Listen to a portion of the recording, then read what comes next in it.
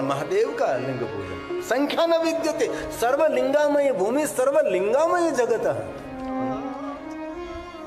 कोई विचारवाद नहीं था तब, सभी भगवान महादेव के निराकर लिंग स्वरूप का पूजन करते थे। इसलिए पाताले चापे वर्तन्ते, जितने शिवलिंग धरती पर पृथ्वी पर हैं इतने शिवलिंग पाताल में भी हैं और स्वर्ग में भी है। सर्वत्र पूज्यते शंभु। ये भगवान महर्षि वेदव्यास जी की रचना है।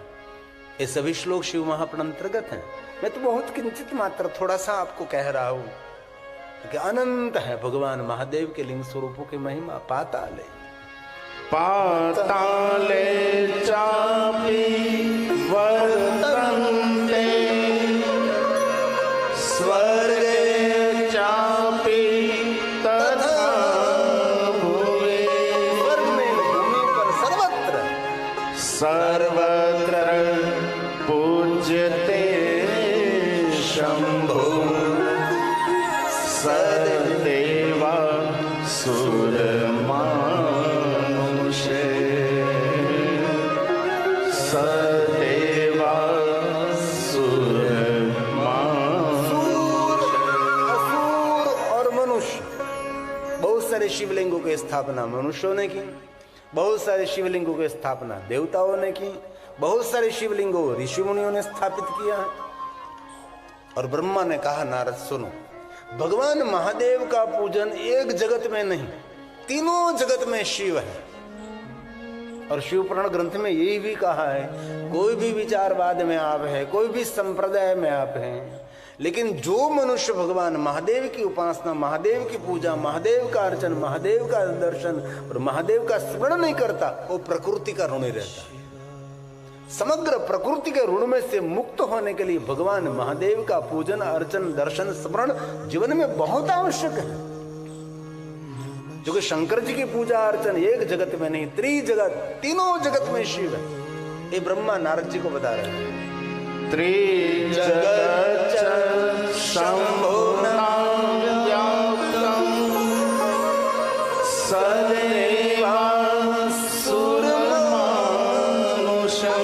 सूर मनुष्य, जहां जहां भगवान शंकर जी प्रकट हुए, कहीं मनुष्यों को दर्शन दिया होगा, कहीं ऋषि मुनियों का दर्शन दिया होगा, कहीं देवताओं को दर्शन दिया होगा, कहीं कहीं असुरों को भी दर्शन दिया है। तारकलिंगम असुर को दर्शन दिया, तारकासुर को दर्शन दिया था, भस्मेश्वर भस्मासुर को दर्शन दिया था। जहां जहां भगवान महादेव प्रकट हुए वहां वहां भगवान शिव जी लिंग रूप में प्रकट हुए। क्यों हुए? अनुग्रहाय। ब्रह्मा बोले अनुग्रहाय लोका। जगत पर अनुग्रह करने के लिए, जगत को हित और सुख देने के लिए भगवान शंकर जी स्वयं लिंग रूपेण सतमा। श्रेष्ठ स्वरूप लिंग रूप में, लिंग रूपेण सतमा। श्रेष्ठ स्वरूप है भगवान शिव वहां प्रकट रहे। आकाशे तारकलिंगम पाताले हाडकेश्वर मृत्यु लोके महाकालेश्वरम। त्रिलिंग तो सही लेकिन सर्वलिंग नमोस्तुते। आपके नगर में शिवालय है, भगवान महादेव जी आपकी प्रतीक्षा कर रहे हैं। 24 घंटे शिवालय खुला रहता है।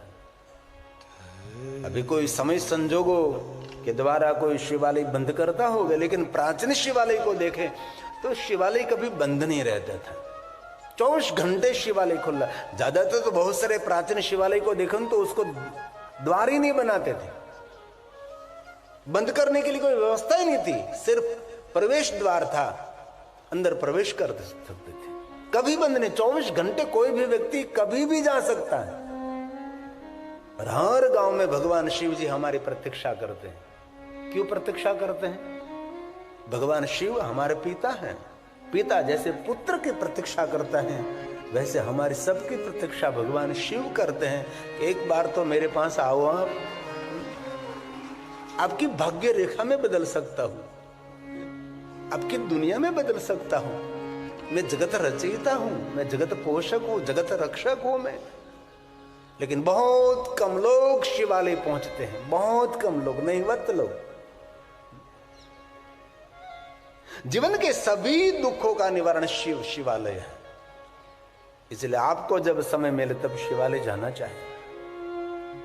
शिवालय जाकर भगवान महादेव का पूजन भी आपसे न हो सके, न बिलोपत्र, न पुष्प चंदन, न सोलोपचार, न पंचोपचार, न एकोपचार, न जलाभिषेक, न वैराग्य उपचार, कुछ भी न हो सके। अरे शिवालय जाकर आपको स्तोत्र का भी गायन न कर सके, कुछ स्तोत्र भी आपसे मुख से प्रकट न हो, लेकिन शिवालय जाकर मौन होकर बैठना, वो भी भगवान महादेव की पूजा है, वो भी शिव का अर्चन है। क्योंकि स्वयं शिव जी को मौन बहुत प्रिय है। हमने बहुत बार कथा में कहा कि शंकर भगवान ने बहुत सारे व्रतों की श्रृंखला बताई। कितने व्रत, कितने व्रत। भवानी को कहा कि ये व्रत मुझे प्रिय है, ये व्रत मुझे प्रिय, बहुत सारे व्रतों, चांद्र व्रत से लेकर सोमव्रत से लेकर बहुत सारे व्रत, तिथि तिथि मास मास के व्रतों की महिमा गाई। और बाद में शिव ने कह दिया कि सभी व्रत मुझे प्रिय है, लेकिन सबसे मुझे प्रिय व्रत मौन है। इसलिए कभी कभी मौन रहना चाहिए। पूरे दिन तो मौन न रह सके कोई बात नहीं, रात्रि में मौन रहना। कई लोग तो रात्रि में मौन नहीं रहते, नींद में भी बोलते रहते हैं, नींद में भी कुछ न कुछ बड़बड़ बड़बड़ करते रहते हैं। क्यों? भोजन करते समय मौन रहो, भोजन करते समय कुछ भी नहीं बोलना चाहिए। और दूसरी बात, पानी पीते पीते कभी बोलना नहीं चाहिए, क्योंकि पानी जो कुछ बोलते हो वो सब कुछ ग्रहण कर लेता है। क्योंकि पानी हमारा जीवन तो है, लेकिन जीवंत है। हम कुछ भी संकल्प करते तो हाथ में जल लेकर संकल्प करते, क्यों? ये जल जीवंत है। हम किसी को शराब देते तो अबे जल से ही शराब देते हैं ना, इसे जल आधार है। इसलिए कभी भी पानी पीते पीते कुछ भी बात सुननी नहीं चाहिए, कुछ भी बात करनी नहीं चाहिए। वहां तक कहा कि जल पान करते करते समय विचार शून्य होना चाहिए। आपके विचार भी जल के अंदर मिल जाते हैं, वही अस्तित्व में आता है विचार। ये बहुत बड़ा एक विज्ञान है। और प्रातःकाल मौन रहना चाहिए, संध्या के समय मौन रहना चाहिए। मौन में अद्भुत शक्ति है। परमात्मा का सबसे बड़ा कोई आसन, परमात्मा का सबसे बड़ा कोई सिंहासन है तो मौन है। परमात्मा कहां विराजते हैं? जहां मौन है वहां परमात्मा विराजते हैं। ये परमात्मा का आसन है, परमात्मा का सिंहासन है मौन। मौन रहने से कलेश में से मुक्त रहोगे। जितना मौन रहेगा इतनी बोलने में गलती कम होगी।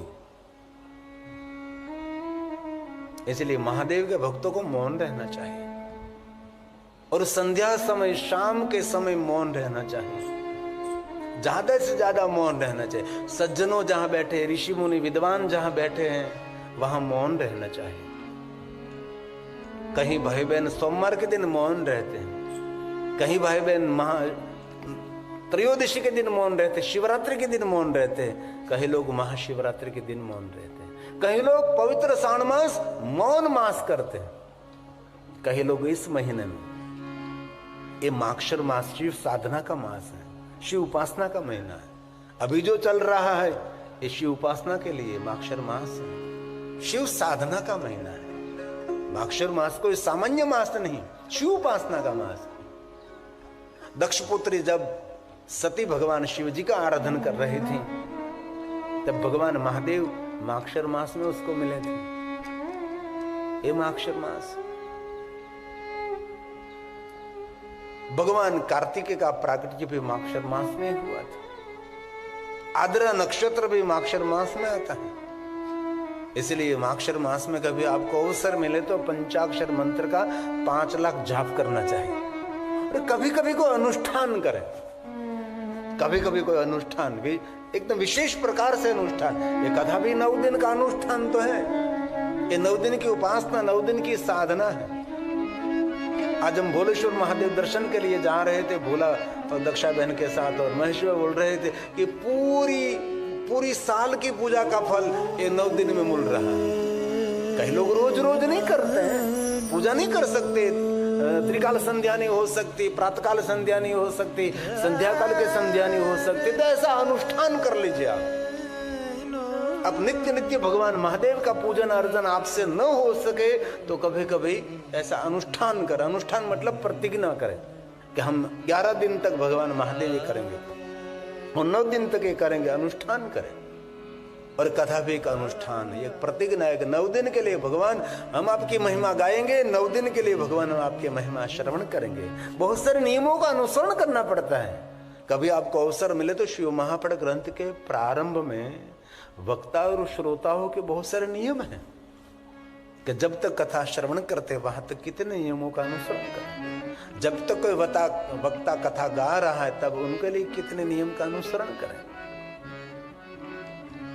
इस महीने में विशेष प्रकार से भगवान शिव का पूजन करना चाहिए।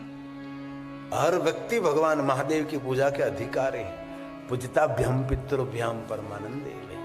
भगवान शिव का अर्चन पूजन आनंद नहीं देता, भगवान शिव का पूजन अर्चन परम आनंद देता है। जिन आनंद का कभी क्षय नहीं होते, ये आनंद कभी पूर्ण नहीं होते, निरंतर आनंद, परम आनंद, परमानंद लाभार्थ शिवलिंग प्रपूज्यते। विशेष प्रकार से भगवान महादेव की पूजा करने से मनुष्य को आनंद नहीं परम आनंद की प्राप्ति रहती है। और शिव महापड़ ग्रंथ में कहा, जो मनुष्य नित्य भगवान महादेव का पूजन अर्चन करते कृपा धिक्यम वर्तते, दिन प्रतिदिन उन पर भगवान की कृपा अधिक बढ़ती रहती है। ब्राह्मण क्षत्रिय वह शूद्र व प्रतिलोम सबको भगवान शिव की पूजा का अधिकार है। जितना अधिकार पुरुषों को है इतना अधिकार बहनों को भी है। शिव के दरबार में कोई भेद थोड़े कि ये पुरुष ये स्त्री, ये रूप तो हमारे शरीर का आत्मा का कोई रूप भी नहीं। ये पुरुष की आत्मा है, ये स्त्री की आत्मा है, पशु की आत्मा है, पक्षी की आत्मा नहीं। इसलिए शिव जी संदेश देना चाहते हैं कि मैं कोई शरीर का स्वीकार नहीं, मैं आत्मा का स्वीकार करता हूं। इसलिए भगवान महादेव के परिवार में नंदी भी है, कुर्म भी है, मूषक भी है, सर्प भी है, मयूर भी है और सिंह भी है, देव भी है, दूत भी है और भूत भी है। सबका स्वीकार करने वाला देव भगवान शिव है। इसलिए जाति ज्ञाति वर्ण भेद भगवान महादेव के परिवार में नहीं है। हमारी गुजराती माता गंगा सती सुंदर एक पंक्ति का, जाति पण छोड़ेंगे, जाति ज्ञाति छोड़िए, पवित्रता प्रधान है, लेकिन ये ऊंच ये सब छोड़ दीजिए। उच्च कुल में जन्म किसी का हुआ है, लेकिन वो समाज के लिए कितना उपयोगी है, समाज के लिए कितना हितकारक है, उनकी महिमा है। किसी भी कुल में जन्म हुआ है, राष्ट्र के लिए, समाज के लिए, इस मनुष्य जाति के लिए, जीव मात्र के लिए कितना ये उपयोगी मनुष्य है, उन पर उनका मान सम्मान का आधार रहता है, उन पर निर्भर है। इसलिए हमारे गुजरात की एकदम गुजराती पंक्ति, जाति पारो छोड़ीने आओ जाति ने काढ़ो वरण विकार। ये शब्द प्रसाद ये माता गंगा सती का है। कई लोगों के मन में ये जाति, ये ऊंचो, ये नीचो, छोड़ दीजिए साहब। जिनके जीवन में सत्संग नहीं है वो सबसे नीचा है। जिनके जीवन में सत्संग और भगवान की भक्ति है, कोई भी कुल में जिनका जन्म हुआ है, ये तो कर्म का बंधन है। इस कुल में हमारा जन्म हुआ, इस कुल में जन्म हुआ, इस कुल में जन्म हुआ, लेकिन सबसे ऊंचा कुल तो उसको कहा जाता है जिन कुल में भगवान महादेव की साधना, महादेव की उपासना है। इसलिए गुजराती पंक्ति है,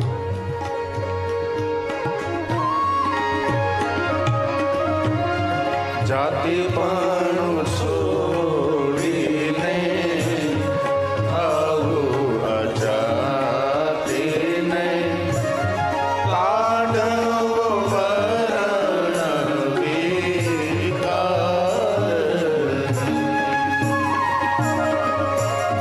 जाति पण छोड़ीने आओ अजाति ने काढ़ो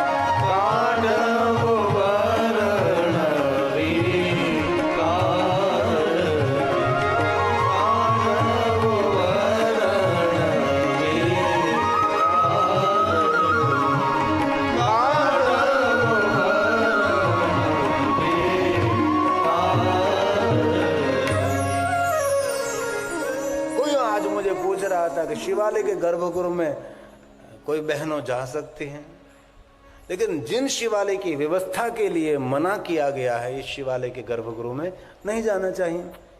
जहां छूटछाट है इस शिवालय के गर्भगृह में जा सकते हैं, लेकिन न जाए तो ठीक रहता है।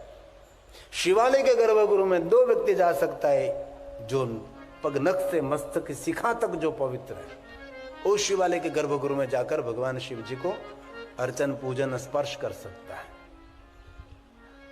जो अपवित्र अवस्था है वो कोई शिवालय के गर्भगृह में जा नहीं सकते। वैसे तो 2 व्यक्ति, एक तो अनटच जिन्होंने वस्त्र पहने हैं वो शिवालय के गर्भगृह में जाकर शिव का पूजन करें, और दूसरा स्नान करके भीगे हुए वस्त्रों से, पानी से भीगे हुए वस्त्रों से शिवालय के गर्भगृह में जाना चाहिए। बाकी और कोई शिवालय के गर्भगृह में नहीं जा सकता। और एक बात मैं दिल से कहना चाहता हूं, शिवालय के गर्भगृह में जाकर भगवान महादेव का पूजन अर्चन जो आप कर रहे हैं, वही पूजा अर्चन का फल सिर्फ बाहर रहकर भगवान महादेव के शिवलिंग के दर्शन करने मात्र से मिलता है। फल में कोई भेद नहीं है, इसलिए शिवालय के गर्भगृह में नहीं जाना चाहिए। नहीं जा सकते ऐसा नहीं, लेकिन संपूर्ण पवित्र अवस्था में है तो आप शिवालय के गर्भगृह में जा सकते हैं। हमारे दक्षिण भारत में कोई भी शिवालय के गर्भगृह में किसी को भी प्रवेश नहीं मिलता, कोई पुरुष को भी नहीं, कोई नारी को भी नहीं। वहां का जो पुजारी अर्चक है वो ही शिवालय के गर्भगृह में जाकर भगवान शिव का पूजन अर्चन, आप उसको पूजा की सामग्री देते हैं, और जो कुछ पूजा की सामग्री है उन पर उसका हाथ रखते हैं और गोत्र बोलते हैं, परंपरा, पिता का नाम, आपका नाम, माता का नाम, परिवारों का नाम बोलकर हमारी ओर से शिवालय का जो पुजारी है वो भगवान महादेव की पूजा करता है। ये मूल परंपरा है। पहले दक्षिण भारत के सभी मंदिरों में कर्पूर की आरती होती थी। कोई भी दर्शन करने के लिए इसी समय कर्पूर जलाते थे, इसी समय, और भगवान का अर्चन कर लेते हैं। और आज देखो पूरे दक्षिण भारत में सभी मंदिरों में कपूर जलाना बंद हो गया। क्यों कपूर जलाना बंद हो गया? क्योंकि कपूर जलाने से सभी मंदिर की दीवार, भगवान के कपड़े, भगवान के गहने, सब कुछ धुएं से काला हो जाता था। इसलिए वहां कपूर को बंद कर, और जो पुजारी था सुबह से शाम तक भगवान की कपूर की आरती करता रहता था, उसके नाक में भी पूरी शाम तक एक काजल की डब्बी भर लो इतनी काजल एकत्र हो जाती थी। शाम के समय घर आता था तो काजल निकलता था। इसलिए वहां के लोगों ने सावधानी से कपूर जलाना बंद कर दिया। और हम रोज बोलते हैं कर्पूर गौरम। कपूर जलाना और ये बोलना उनके साथ कोई रिश्ता नहीं है, कुछ भी नहीं। लेकिन हम सब लोगों ने पकड़ लिया कि ये बोलते समय कपूर जलाना चाहिए। नहीं, ये तो भगवान शिव के रूप और स्वरूप का वर्णन है। उनके साथ कपूर जलाने का कोई रिश्ता नहीं, कोई संबंध नहीं, कुछ भी नहीं, दूर दूर तक नहीं। लेकिन इतनी परंपरा फैल गई, बस ये बोलते समय कपूर जलाना ही चाहिए। नहीं नहीं, ये तो भगवान शिव का रूप है, भगवान शिव जी का स्वरूप है। हम सभी रोज बोलते हैं ना, कर्पूर गौरम करुणावतारम संसार सारम भुजगेन्द्रहारम सदा संतम हृदयारविंदे भवं भवानी सहितं नमामि भवं भवानी सहितं नमामि। ये तो भगवान शिव जी का रूप है, स्वरूप है। कपूर जलाना उनके साथ कोई नहीं। इसलिए कभी आपको शिवालय जाने का अवसर मिले तो शिवालय जाने से पहले भगवान शिव जी की जो सीढ़ी है, पगथिया है, इन्हें प्रणाम करवाना चाहिए।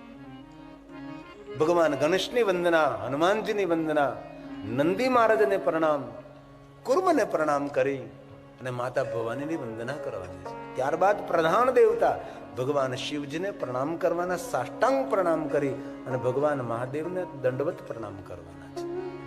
दंडवत प्रणाम पुरुष कर सकते हैं, दंडवत प्रणाम नारी शरीर नहीं कर सकती, वो साष्टांग प्रणाम करे। कभी प्रश्न उठता है कि पुरुष भगवान को दंडवत कर सकते तो नारी शरीर क्यों दंडवत नहीं कर सकते? क्योंकि नारी की महिमा है, नारी दंड मुक्त है। हम शिवालय में जाते हो, शिवालय में शिव जी नीचे विराजते हैं, पार्वती का स्थान ऊंचा है। ये सनातन धर्म की महिमा है। सनातन धर्म में नारी को महिमा दिया है, इसलिए उसको दंडवत नहीं। और कभी दंडवत करे तो भी दंडवत करने की भी एक परंपरा है। पैर आपका दक्षिण की ओर रहना चाहिए, मस्तक आपका उत्तर की ओर रहना चाहिए, ऐसे भगवान शिव जी को दंडवत कर सकते हैं। भगवान महादेव को सामने से कोई दंडवत नहीं कर सकते, ये भी एक परंपरा है। जो आप साथ में ले गए, मान सम्मान के साथ भगवान शिव जी को अर्पण करें। फल, श्रीफल, पुंगी फल, कुछ भी खाद्य द्रव्य आप ले गए, लिंग और पीठ से दूर अर्पण करें। कई लोगों को पता नहीं होता, फल, पुंगी फल, श्रीफल लिंग और पीठ के ऊपर अर्पण कर देते हैं। श्रीफल लिंग के ऊपर, पीठ के ऊपर नहीं रखना चाहिए, पुंगी फल भी पीठ पर नहीं। जो कुछ आप ले गए भगवान के लिए नैवेद्य के रूप में, वो लिंग और पीठ से दूर अर्पण करना चाहिए। ये महिमा है। कई लोगों को तो पता नहीं है, तो पीठ ऊपर दीप रख देते हैं। नहीं, कभी नहीं। पीठ ये आद्य शक्ति जगदम्बा का स्वरूप है। जितनी महिमा शिवलिंग के, उसके समान महिमा पीठ की भी है। शिव और शक्ति का प्रतीक है लिंग और पीठ। इसलिए जो कुछ ले गए दूर रखिए जरा। और भगवान महादेव का पूजन अर्चन दर्शन करने, स्तोत्र पाठ करने के बाद, माला जाप करने के बाद भगवान शिव जी की परिक्रमा जरूर करनी चाहिए। जो व्यवस्था परिक्रमा करने की वहां है, तो एक संख्या में परिक्रमा करें। 1 करें, 3 करें, 5 परिक्रमा करें, 7 करें, 9 करें, 11 करें। एक क्यों भाई? क्योंकि ईश्वर हमारा एक है। और दूसरी बात, शिव जी को श्रीफल तोड़ते क्यों नहीं है? महादेव को श्रीफल अखंड क्यों अर्पण करते हैं? क्योंकि शिव जी अखंडानंद है। इसलिए महादेव को जो कुछ अर्पण करते हैं सब कुछ अखंड अर्पण करते हैं। श्रीफल अखंड, पुष्प भी अखंड, और जलधारा भी अखंड जलधारा करते हैं। जलधारा टूट नहीं देते हम। महादेव को जलाभिषेक मतलब हमारा तन मन, हमारी वाणी संपूर्ण भगवान को समर्पित हो जाती है। जल की धारा टूटनी नहीं चाहिए, तो हमारा मन ही धारा में रहता है। वाणी से मंत्र बोलते, तन से हम पात्र पकड़ते, इसलिए अभिषेक कहते हैं उसको। भगवान शिव को हम समर्पित हो जाते हैं। जलधारा अखंड, बिलोपत्र अखंड बिलोपत्र पूजते। भगवान नंदीकेश्वर ने अखंड बिलोपत्रों से भगवान महादेव का पूजन किया था। टूटा हुआ नहीं, अखंड।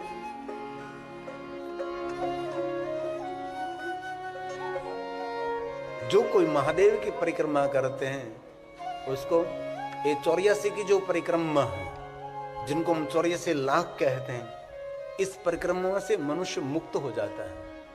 और इन्हीं में भी एक दूसरी बात याद रखने जैसी है, परिक्रमा करने के लिए जो जा रहा है उसको बाहर की तरफ रहना चाहिए। परिक्रमा कर जो आ रहा हो उसको अंदर की तरफ रहना चाहिए। और पूर्ण परिक्रमा नहीं महादेव की कर सकते हैं, जलधारी से हम वापस चलते। क्यों? जीव अपूर्ण है, शिव पूर्ण है। इसलिए पूर्णानंद की परिक्रमा अपूर्ण जीव कभी नहीं कर सकता, इसलिए अधूरी परिक्रमा करते हैं। हम जलधारी से वापस आ जाते हैं, फिर जाते हैं, फिर वापस आते हैं। और शिव जी को स्नान कराया हुआ जल जो आंख और मस्तक पर धारण करते हैं, उसको तीर्थ स्नान का फल मिलता है। ये महिमा है भगवान महादेव को स्नान कराया हुआ जल। और जिनको शिवालय की पूर्ण परिक्रमा करनी है वो कैसे कर सकता है?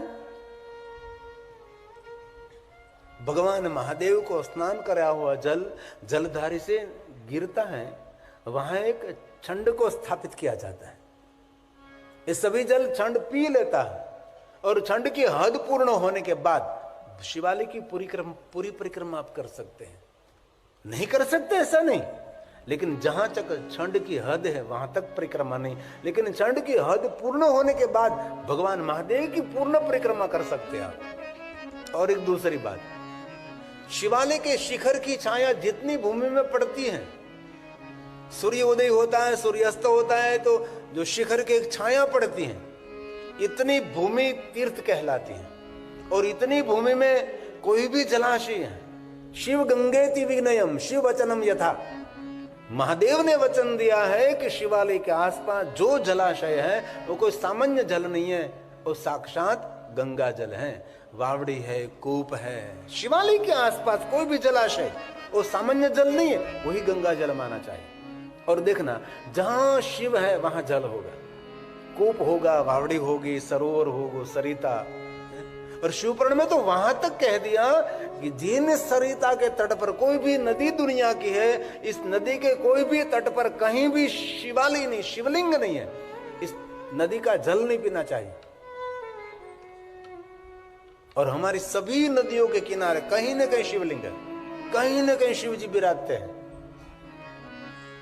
लेकिन कोई ऐसी नदी है, नदी सागर को मिलती है, नदी नदी को मिलती है, नदी सरोवर को मिलती है, जहां से नदी का उद्गम स्थान हुआ, अमरकंटक से लेकर नर्मदा सागर तक कितने शिवलिंग हैं। जो नर्मदा परिक्रमा करते होगे उसको मालूम होगा, अमरकंटक से शुरू होती है ना माता नर्मदा, अमरकंटकेश्वर महादेव वहां विराजते हैं। दोनों किनारे पर इतने भगवान शिवलिंग, इतने भगवान शिवलिंग हैं। नर्मदा सागर तक, जैसे गंगा सागर तक, गंगा का उद्गम स्थान जहां से हुआ है वहां सारी गंगाओं के तट पर अगणित भगवान महादेव के लिंग स्वरूप। हमारी सप्त गंगाओं का दोनों तट किनारा असंख्य लिंगों से भरा है। लेकिन कोई अफवाद रूप कोई नदी निकली और कोई नदी तक मिली, नदी को नदी मिलती है, तो कहां कहीं भी जो शिवालय शिवलिंग ने इस नदी का पानी नहीं पीना चाहिए।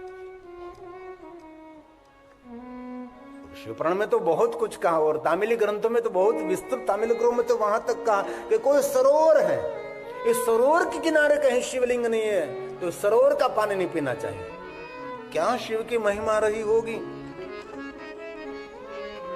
और जिस गांव में शिवालय नहीं, इस गांव का पानी नहीं पीना चाहिए। और जिनके घर में शिव पूजा नहीं, उसके घर का पानी भी कभी पीना नहीं चाहिए। और जिनके मुख में महादेव का नाम नहीं है, इस मुख को कभी देखना नहीं चाहिए। इसमें कहा है, शिवालय के बिना गांव को धिक्कार है, शिवालय के बिना राज्य को धिक्कार है, शिवालय शिव जी के नाम के बिना इस मुख को धिक्कार है। ऐसे बहुत सारे श्लोक शिवपुराण ग्रंथ में है।